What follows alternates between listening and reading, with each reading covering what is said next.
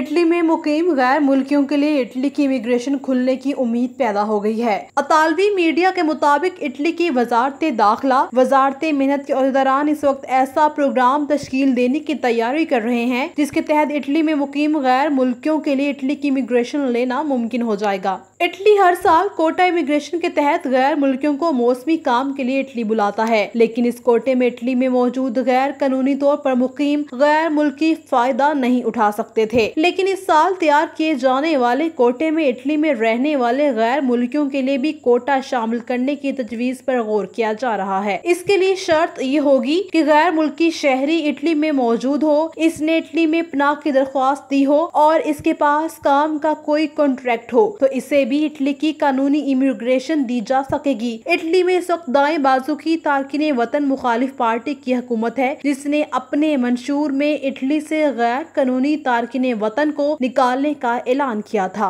गैर कानूनी तारकिन वतन शहरियों को इटली की इमिग्रेशन देकर वो एक जानिब तो अपने शहरियों को इलीगल इमिग्रेंट्स की तादाद कम करने का वादा पूरा करेंगे, तो दूसरी जानिब इन्हें मुल्क बदर करने का खर्चा भी बचा लेंगे। याद रहे कि माजी में भी इसी सियासी पार्टी के वजीर दाखिला रोबर्टो मारूनी ने 2 लाख से इलीगल तारकिन वतन को इटली की इमिग्रेशन दी थी। इटली इन दिनों यूरोपीय यूनियन के ममालिक जर्मनी, फ्रांस और स्पेन की सख्त तनकीद की जद में है, क्योंकि अतालवी हुकूमत की जानिब से पनाहगजीनों की कश्तियां रोकने की पॉलिसी में इस साल सैकड़ों पनाहगजीन जान से हाथ धो बैठे हैं। अभी कुछ दिन पहले एक कश्ती डूबने की सूरत में 150 महाजरीन डूब गए थे। रिपोर्ट महमूद अस्कर चौधरी, जज्बा न्यूज, यूरोप।